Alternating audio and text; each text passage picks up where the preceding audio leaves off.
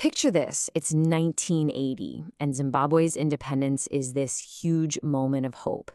After almost a century of colonial rule, a brand new nation is born. And right at the center of it all was one man, hailed as a liberator, Robert Gabriel Mugabe. He was promising unity, equality, a totally new beginning. But what happened next? Well, it turned into one of the longest and most complex political stories in modern history. Our focus in this explainer is to track that exact transformation, to look at the specific moves and the key moments that turned that initial promise of liberation into decades of centralized control. So here's how we're going to break it down. We'll walk through this story in 5 parts, starting with the initial promise back in 1980. Then we'll look at the path that actually brought him to power, the methods he used to consolidate that power, the big crises that defined his later years, and finally, how his era came to an end. Okay, so let's start at that pivotal moment, 1980. The Lancaster House Agreement had just ended the Rhodesian Bush War, and Zimbabwe held its first ever democratic elections. Robert Mugabe's ZANU Party won, making him the nation's first prime minister. And right out of the gate, his message was all about calm and cooperation. And this message really caught the world's attention. Instead of payback against the old ruling class, he was talking about reconciliation.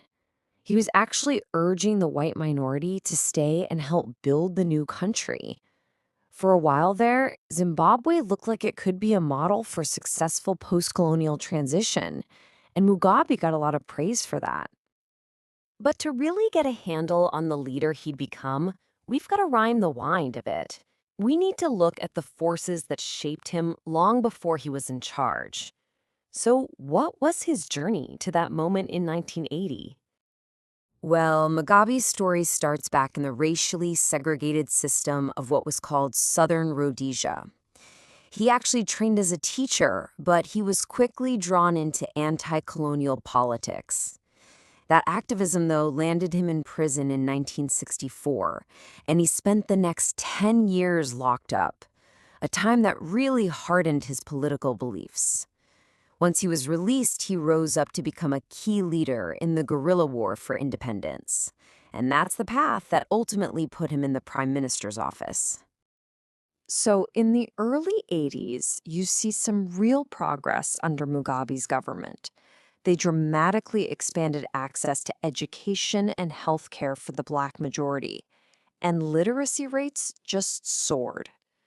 But at the same time, something else was happening just beneath the surface, a quiet project to centralize all political power.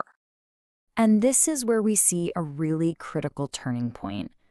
Between 1983 and 1987, the government launched a military campaign called Gukurahundi. Now, the official line was that it was about crushing armed dissidents who were loyal to his political rivals.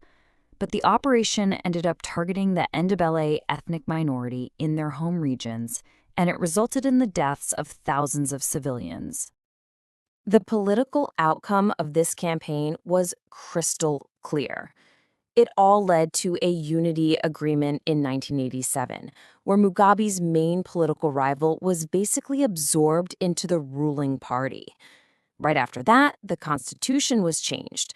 The role of prime minister was eliminated, and Robert Mugabe became the executive president, concentrating a massive amount of power into his own hands.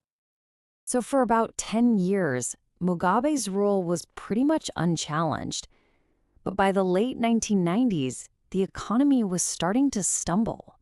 You had rising unemployment, public anger was growing, and all that pressure led to a pretty radical and decisive shift in policy. It's a tale of 2 different eras, really. Those early social gains we talked about, they started to unravel, leading to a complete economic collapse in the 2000s. A big trigger for this was a chaotic and often violent land redistribution program.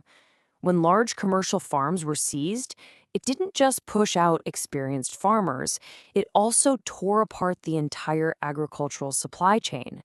Output just plummeted, and that's what kicked off the hyperinflation.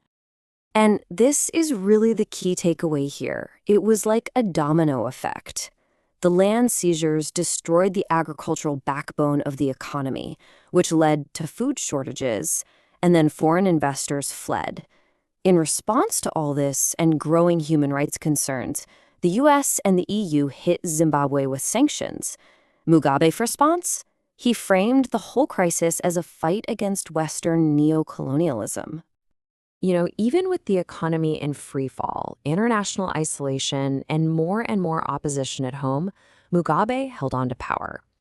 His final decade was a mix of contested elections, a very fragile power-sharing government, and, in the end, a power struggle inside his very own ruling party. 37. Let that number sink in for a second. 37 years. That's an entire generation that grew up under the rule of just one man. And that long tenure, which for so long seemed like it would never end, finally came to a very sudden stop. After all those years of crisis, the end came, and it came fast. In November 2017, right in the middle of a battle over who would succeed him, the military stepped in. They put him under house arrest, and, facing impeachment from his own parliament, Robert Mugabe resigned. He died 2 years later at 95 years old. So where does that leave his legacy? Well, it's completely split. For many, he's still the founding father, the man who freed his country from colonial rule. For others, his long reign stands for economic ruin and the crushing of any opposition. Both of those truths exist at the same time. And that really brings us back to the core question here. Mugabe's story, you see, isn't totally unique in history. It makes us ask something fundamental about the nature of power itself. At what point does the legitimacy you win through a revolution turn into something else entirely?